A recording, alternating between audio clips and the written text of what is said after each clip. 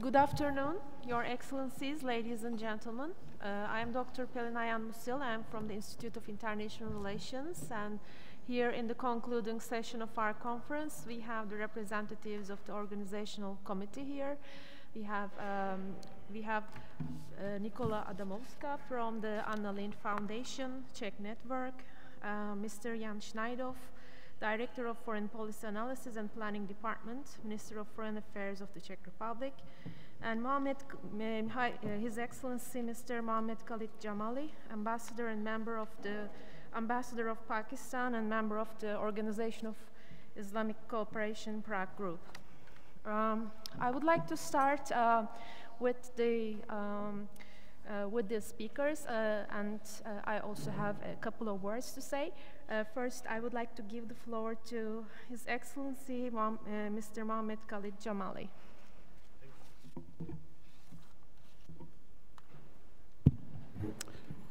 Excellencies, ladies and gentlemen, first of all, thank you very much for having that patience, and you have been listening to all the speakers since morning, and I will be very brief. I was given the task to be very, very brief, but now my boss from Turkish ambassador, he's been kind. He said, okay, you can speak 5 sentences, not 3. So I will be very brief. The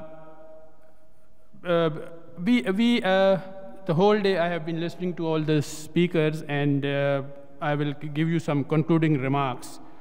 And these are my observations, and I think they will suffice the whole event of today. First remark is that we all are deeply concerned about the alarming surge in intolerance, discrimination, xenophobia, violence against individuals and communities because of their religious faith.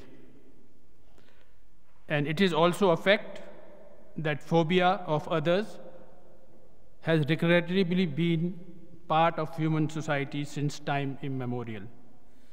But the complexity and spread of this disturbing phenomenon is unparalleled in today's globalized, digitalized world, where people of all faiths have been the victims of heinous acts of hatred.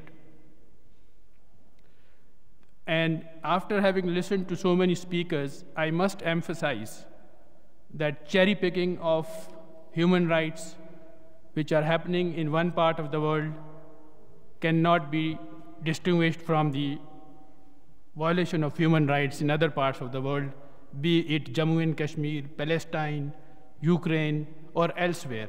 Human rights are the human rights, and they are to be measured in the same measurement than making any discrimination. In this backdrop, I think this holding of this 7th Interfaith Edition conference is a step in the right direction in my view. Here I must acknowledge the efforts of Czech Ministry of Foreign Affairs under Ambassador Robert Rehák, the Institute of International Relations, Prague, OIC Group, being led by Ambassador Egmin Bayish from Turkey. He has been very active, and Lindh Foundation for joining hands together to make this conference a success. I must congratulate you all. I conclude with the sayings of our Holy Prophet. When he was asked, what is faith? He responded, patience and tolerance. We hope that with patience and tolerance, we will be able to achieve the objectives of this conference. I hope that one day these long deliberations may be a first step in that long journey. But overall, I must now congratulate all of you for holding this successful event. Thank you very much.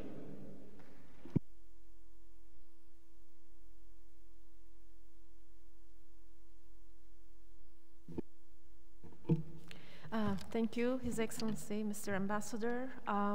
So I would like to now give the floor to Ms. Nikola Adamovská from Anna Lindh Foundation, Czech Network.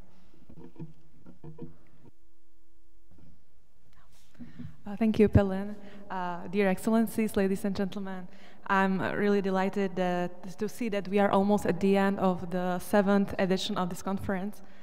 Each year we can enrich ourselves with so many fruitful and interesting thoughts from our distinguished speakers.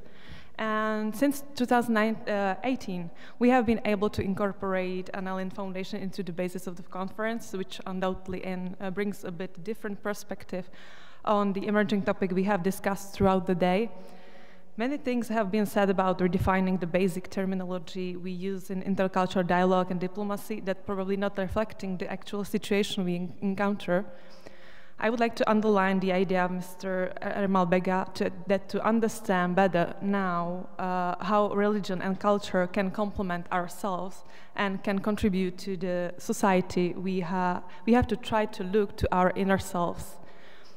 Try firstly grasp what is going on from the inside.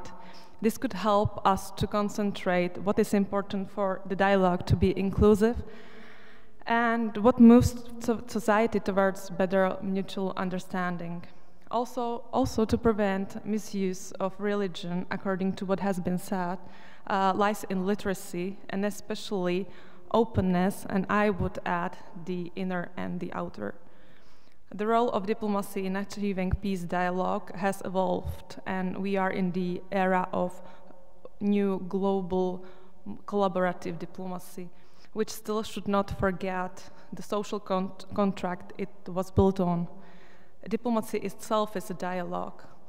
However, we should still think about the importance of inclusion when designing and implementing these dialogues. We must ensure that all concerned groups are at the table.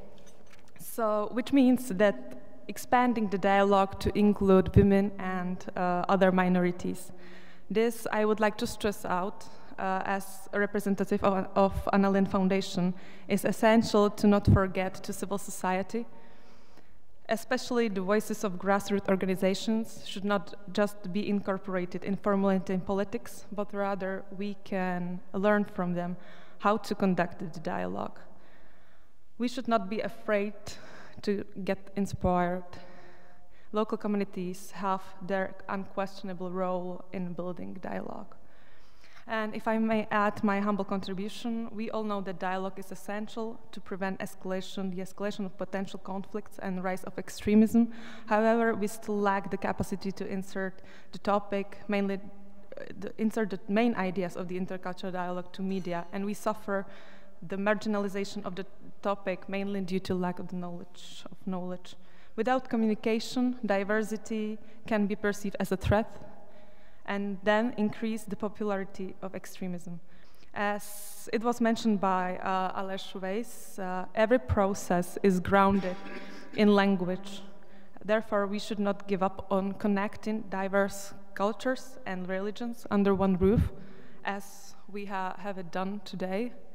And I believe that to foster and improve intercultural dialogue, we must work to make sure the discussions are open and accessible, and that they address the division that can be between and within groups.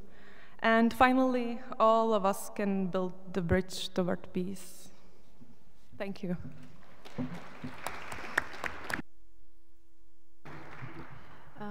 Thank you very much. I would like to give the floor next to Mr. Jan Šnaidauf from the Ministry of Foreign Affairs of Czech Republic. Thank you very much, Madam Chair. And it's a great honor for me to be present here at the conclusion of this important event, just like last year. Very unfortunately, I wasn't able to follow the discussions during the day, which I personally very much regret, but I saw the program, I saw the lineup of speakers, an amazing group of speakers and participants, so I know this was a great event. I don't want to be talking long, because I think So much has been said already, many important things. Let me just underline that this year around this time is particularly difficult, perhaps even more than just a year ago. We have a hot war raging on this continent, not so far away. We see the global rivalry in the world on a rise. We see global challenges getting visibly more difficult, climate change and others. And this is as we see it, complicated world, which will be perhaps even more complicated in some time, as it will necessarily now be undergoing some changes. So if this meeting really can serve the purpose to take away one level of potential conflict, and yes, I mean the religious faith dimension, that alone is extremely helpful and a huge success. So it's great that you have been able to meet here and discuss and maintain the bridges that we have already. I don't think we need to build them. They are to a big extent built, the bridges, but they need regular maintaining, otherwise they might start falling apart.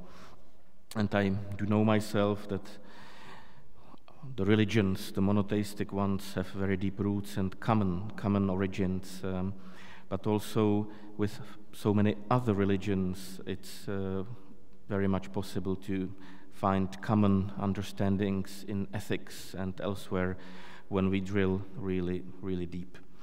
I know you discussed resilience as one of the panels, which is a fantastic topic, and me myself, I know well that faith can give people a lot of power when tough times come, power to survive shocks and continue operating, working, and so on. You discussed diplomacy, the sort of perhaps more practical dimension, what tools to be using. Perhaps this can be a guidebook for us diplomats. And you paid attention to the future. So to sum it up, Prague is of course not the only event in the world having such discussions, by far also not the biggest one. Just this week there was the G20 Interfaith Forum in the United Arab Emirates, in Dubai, I believe, where they did discuss things including how to protect vulnerable people, especially migrants and migration, but also climate change, COVID recovery, and so on. So in that perspective, I think the topics discussed here are very complementary and can add value to the overall picture of these interfaith discussions. Just for the very end, I couldn't agree more that tolerance is the common imperative, the deepest underlying ones. When we have enough of it, then we can make the next steps and actually start working together in a synergic way for common good and based on shared values that we know we share. So hopefully it really served the purpose of maintaining the bridges or even further cementing them. And I think I can say for the Foreign Ministry as a whole that we are very lucky that this event is possible every year, and we are very thankful to all the partners in organizing this, and of course to you for coming and participating and making this possible. That's all from my side. Thank you very much.